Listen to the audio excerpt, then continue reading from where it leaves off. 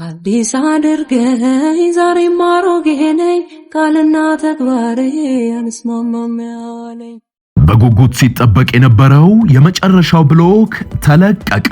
ለመኖሪያና ለኢንቨስትመንት ተመራጭ በሆነችው በማራኪ ኮሪደር ልማት ደምቆ በሚታየው በሲኤምሲ አዲስ ኢንተርናሽናል ኮንቬንሽን ሴንተር ፊት ለፊት ድሪም ቢልደርስ ሪል ስቴት እየገነባ ያለው ብቸኛው ባለ 5 ኮከብ መኖሪያ መንደር ማራኪ እይታ ያላቸውን ከባለ 1 ወለል ጀምሮ በመረጡት የፍሎር አማራጭ አቅርበንሎታል። ባለ 1 መኝታ በ730 ሺህ ብር ቅድመ ክፍያ፣ ባለ 2 መኝታ በ1 ሚሊዮን ብር ቅድመ ክፍያ፣ ባለ 3 መኝታ በ1.3 ሚሊዮን ብር ቅድመ ክፍያ ያገኛሉ።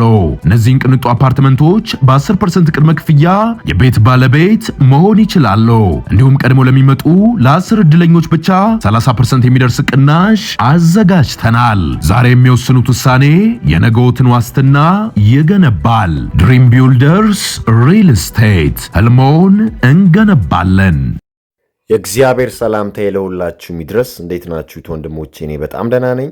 እግዚአብሔር የተመሰገነ ይሁን። የቅድስት ድንግል ማርያም ልጅ እንግዲህ ስለ ጣና በደንብ ማንሳትና መወያየት ያለብን ጊዜ ላይ ነው ያለነው። በእርግጥ ከዚህ በፊትም ብዙ ነገር አንስተናል፣ ብዙ ነገር ተወያይተናል። አሁንም ግን በጣም ወሳኝ ቦታ ስለሆነ ስትራቴጂክ ኤሪያ ስለሆነ ስለዚህ ቦታ ደግመን መነጋገር አለብን ማለት ነው።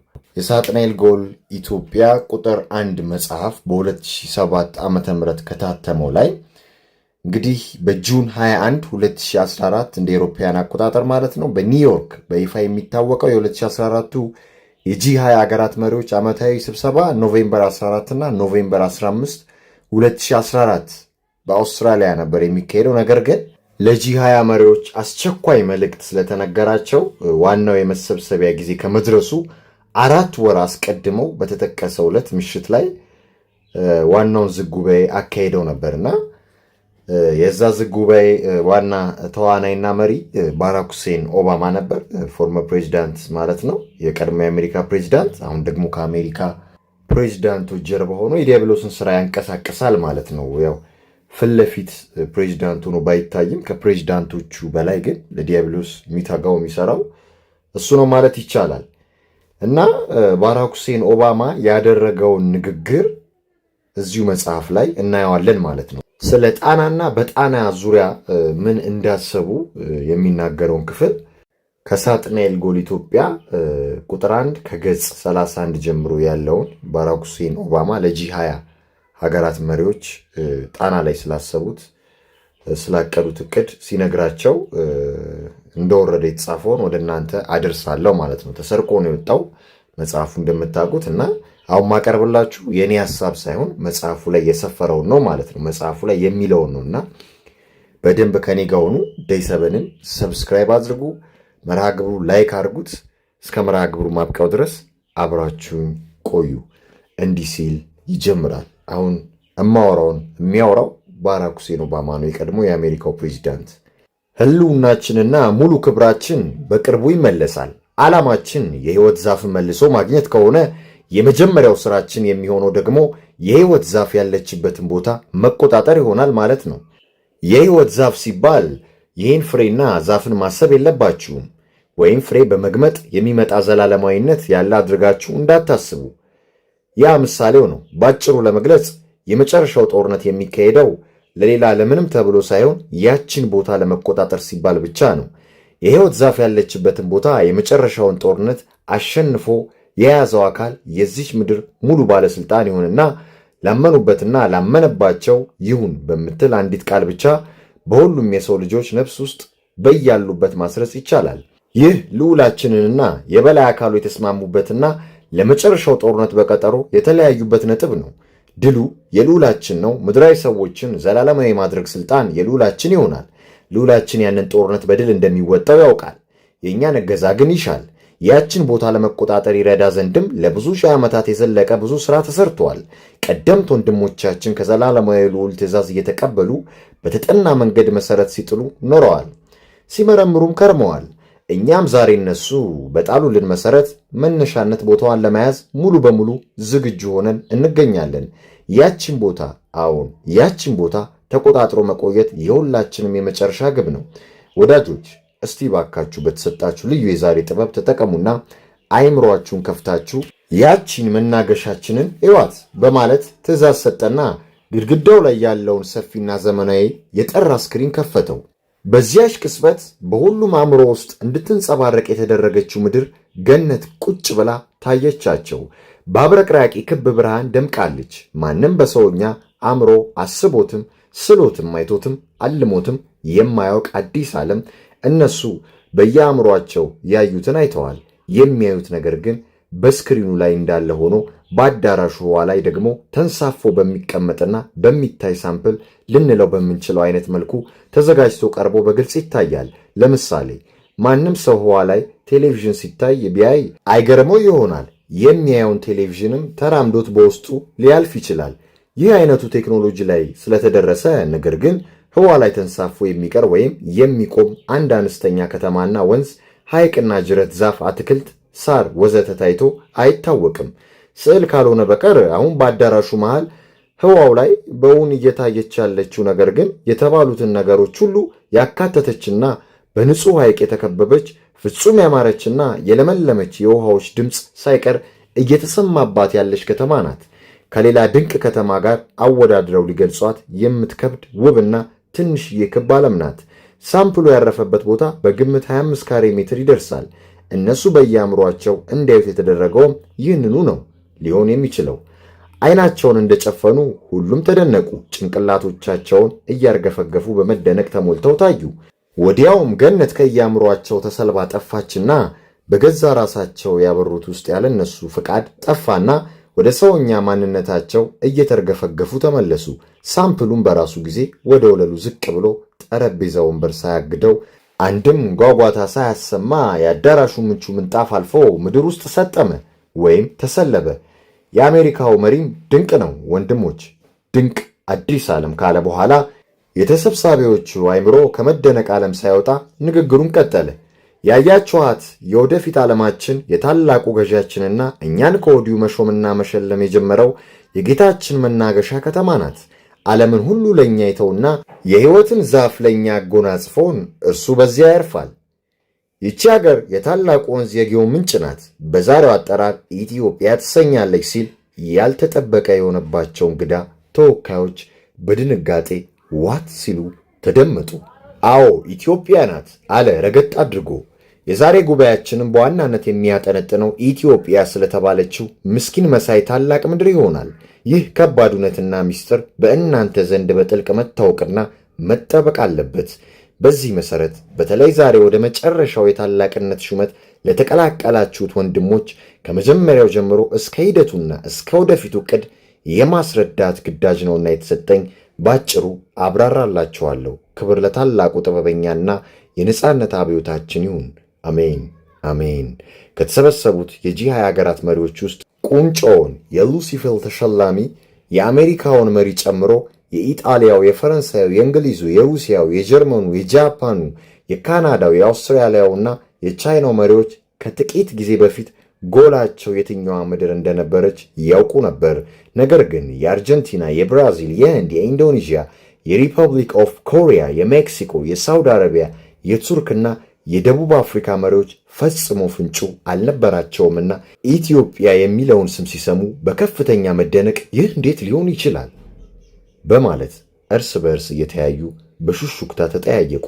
ሰው መሳዩና የሰው ሥጋ ለብሶ ከፒራሚድ የመጣው የአሜሪካው ጥቁር መሪም በተከታይ ገጾች በደንብ ይብራራል። ገለጻውን ቀጠለ። ያልተጠበቀ ነገር እንደሚሆንባችሁ ይገባናል። እኛም በአንድ ወቅት ተመሳሳይ ስሜት አድሮብን ስለነበር እንዲሁ ተገርመን ነበር። ሆኖም ታሪኩ እንዲህ ነው በሚል መነሻ ጀምሮ ባጭሩ የተነተንላቸው ጀመረ። የሚባለውን ትሰሙና ታስተውሉ ዘንድ አዳምጣችሁ ትረዱ ዘንድ ውስጥና ውጫችሁን አብሩ። ያ ሲሆን ታላቁ ልዑላችን የመረዳትን ጥበብ ይሰጠናልና። ምክንያቱም በማይረባውና ኋላ ቀር በሆነው ሰውኛ አይኪዎችን ልንረዳውና ልንስለው የሚከብደን ነገር ሊኖር ይችላልና ሲል ታዳሚዎች በከፍተኛ ጉጉት ውስጥ ሆነው ውስጥና ውጫቸውን አብርተው ማዳመጥ ጀመሩ። ተደጋግመው እንደሚስተዋለው ይህ ውጭና ውስጥ ማብራት የሚሉት ነገር ቀንዶቻችሁን አውጡ፣ ምልክቶቻችሁንም በግንባራችሁ እንዲታይ አድርጉ የሚል መመሪያ ሲሆን አይኖቻቸውን ለጥቂት ሰከንዶች ጨፍነው በመግለጥ የሚያበሩትና ማጥፋትም ሲፈልጉ በተመሳሳይ አይናቸውን ጨፍነው በመግለጥ ማጥፋት የሚችሉት ነገር ነው። እናም እንደተባሉት አደረጉ። የአሜሪካው መሪ በስክሪኑ ላይ የሚታየውን ተንቀሳቃሽ ምስል እየጠቆመና ወዲያ ወዲህ እያለ ትንተናውን ቀጠለ። የቀድሞዋ ኢትዮጵያ የሰው ፍጡር ብቻ መኖሪያ አልነበረችም። የሌላ ቀደምትና ስልጡን ፍጡራን መኖሪያ ምድር ነበረች። እነዚያ ከሰው የቀደሙ ስልጡንና ኃያላን ፍጡራን በሰማይ የራሳቸው የሆነ ስፍራ የነበራቸው ቢሆንም ሰው በምድር መኖር ከጀመረበት ጊዜ አንስቶ ግን እንደ ሁለተኛ መኖሪያቸው አድርገዋት ነበር። በምድራችን ውስጥ ለእነዚያ ፍጡራን መኖሪያ ትሆን ዘንድ የተፈቀደችውና ምቹ የሆነችው ብቸኛው ሀገርም ኢትዮጵያ ነበረች። አየሯም ለነሱ ተስማሚ ነበር። በዚያን ዘመን ወደ ሌላ ምድር አልፈው ሄደው መኖር እንዳይችሉ የሚተነፍሱት ንጹሕ አየር አልነበረም። አየሩ አለ፣ ሆኖም ግን ከባድና ለነሱ የማይመች አይነት ነበር። እነዚህ ፍጡራን የአስተሳሰብና የጥበብ አድማሳቸው ከኛ ከሰው ልጆች በ5000 እጥፍ የሚበልጥ ነው። በአየር ላይ መብረር የሚችሉ የረቂቅ ክንፍ ባለቤቶችም ነበሩ። ይህ ረቂቅ ስልጣኔያቸውም ሁሉንም የማድረግ ኃይል አላብሷቸው ነበር። የበላያቸውና የኛ ተቀናቃኝ የሆነው አካል ወታደሮችም ነበሩ። የመልክና የቅርጻቸው ነገር በዚህ ስክሪን ላይ ከእንቅስቃሴያቸው እንደምታዩት በእኛ ዘንድ ያልተለመደና የማናውቀው አይነት ነው። ከፊሉ ጥቃቅን፣ ሌላው ግዙፍ፣ የቀረው በአሞራና በተሳቢ እንስሳ ቅርጽ ተመስሎ የተፈጠረ ነው። መልከ መልካሞች አሉ። በጥንቱ ዘመን ማለትም ሰው በተፈጠረ ማግስት የዚች ፕላኔት ጠባቂዎች እነሱ ነበሩ። የሚጠብቁት ነገር ባይኖርም ከላይኛው ስፍራቸው ወደዚች ምድር እየመጡ በነፋሻማው አየር ሐሴት ያደርጉ ነበር። ለጥቂት ዓመታት ብቻ የኛ ልዑልም በታማኝነት ያገለግለው የነበረው አካል በእነሱ ላይ ሙሉ ስልጣን ሰጥቶት ነበርና የልዑላችን ታዛዦች ነበሩ። የሰው ልጅ ተፈጥሮ ፍትህ ከመፋለሱ በፊት ልዑላችን የእነሱ አካል ነበርና እነዚህ ረቂቅ ፍጡራን ኒፍሌም ይሰኛሉ።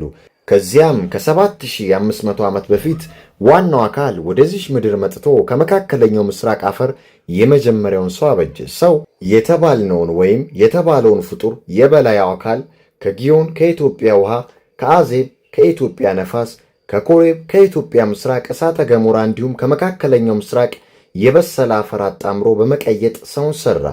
የሰውን ልጅም ከገዛ ራሱ ኦክሲጅን ሰጠውና ህልውና ኖሮት ቆሞ መራመድ፣ መተንፈስ፣ ድምፅ ማውጣትና ማውራት፣ መኖርና ማደግ ጀመረ። ይህ ከሆነ በኋላ የመጀመሪያው ሰው ወደ አገሩ ሄዶ እንዲኖር ነው የተደረገው። አገሩም ደግሞ ምንም እንኳን አፈሩ ከመካከለኛው ምስራቅ ቢሆኑም ሦስቱ ግብዓቶች የኢትዮጵያ ናቸውና አገሩ ኢትዮጵያ ነበረች። ገነትም ኢትዮጵያ ናት። በዚያች በለመለመች ገነት የሰው ልጅ መኖር ቢጀምርም ኑሮ ግን ሙሉ አልነበረም። በብዙ መልኩ እገዳ የበዛበት ነፃነት አልባ ኑሮ ሆነ። ያኔውኑ በላይኛው ፕላኔት የነፃነት ጥያቄ ተነሳ። ይህን ጥያቄ ያነሳው የኛ ልዑል ነው። ሰው በነፃነት መኖር ካልቻለ ለምን ተፈጠረ ሲል ወቅታዊ ተገቢና ትክክለኛ ጥያቄ አነሳ። እናም ይህ ጥያቄ እየሰፋ ሄዶ የከፍተኛ ጸብ መነሻ ሆነ እና እያለ ባራክ ሁሴን ኦባማ ይቀጥላል። ከዛ ገጽ 39 ላይ ደግሞ ምን ይላል? በደንብ ስሙ። እዚህ ጋር ገነት ኢትዮጵያ በተባለችው ምድር በጣና ሐይቅ ውስጥ ተሸሽጋ ትገኛለች። የኛ ታላቅ ልዑል ደግሞ ከገነት በስተ ምስራቅ ባለውና አፋር ክልል ውስጥ ከሚገኘው በእነሱ ስያሜ ኤርታሌ በተሰኘው ወሳኝና አስፈላጊ በሆነ እሳተ ገሞራ ውስጥ ተቀብሮ ራሱን እያዘጋጀና ኃይሉን እያጠናከረ ሐሴት እያደረገ ይገኛል። መንፈሱ ግን የበታቹ በሆኑ በራሱ ሹማምንት ዘንድ ሰርጿልና በእነሱ አማካኝነት ሥራውን ሁሉ ከማከናወን ቦዝኖ አያውቅም።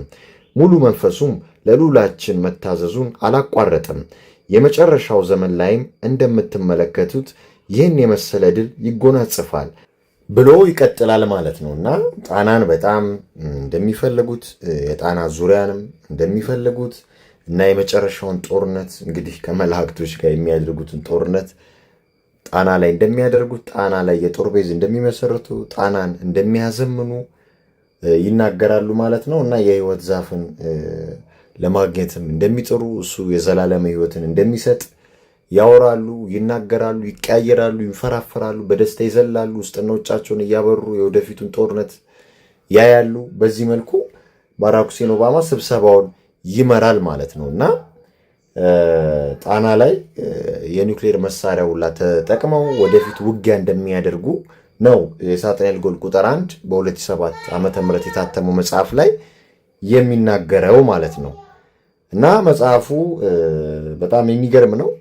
ማንበብ ትችላላችሁ፣ መቀጠል ትችላላችሁ። እኔ ሜን ፖይንቱን ዋናውን ለእናንተ ላድርስ በሚለው እና የሳጥናኤል ጎል ኢትዮጵያን ደግሞ ሜንሽን ማድረግ ስላለብኝ እንደ ሪፈረንስ ተጠቅሜዋለሁ ማለት ነው። እንደ ማጣቀሻ ወሳኝ መጽሐፍ ስለሆነና መጽሐፉ ላይም ከዛሬ 10 ዓመት በፊት ጣና ላይ ስላቀዱት ስላለሙት ነገር ይናገራል ማለት እና ወሳኝ ቦታቸውና የልዑላቸው መናገሻ ከተማ እንደሆነችና የመጨረሻውን ጦርነት የሚያደርጉበት ቦታ እንደሆነና የሕይወትን ዛፍ የሚነጥቁበት ቦታ እንደሆነ ነው የሚወያዩት ማለት ነው። እና ይህን ይመስላል የዛሬው መርሃ ግብራችን።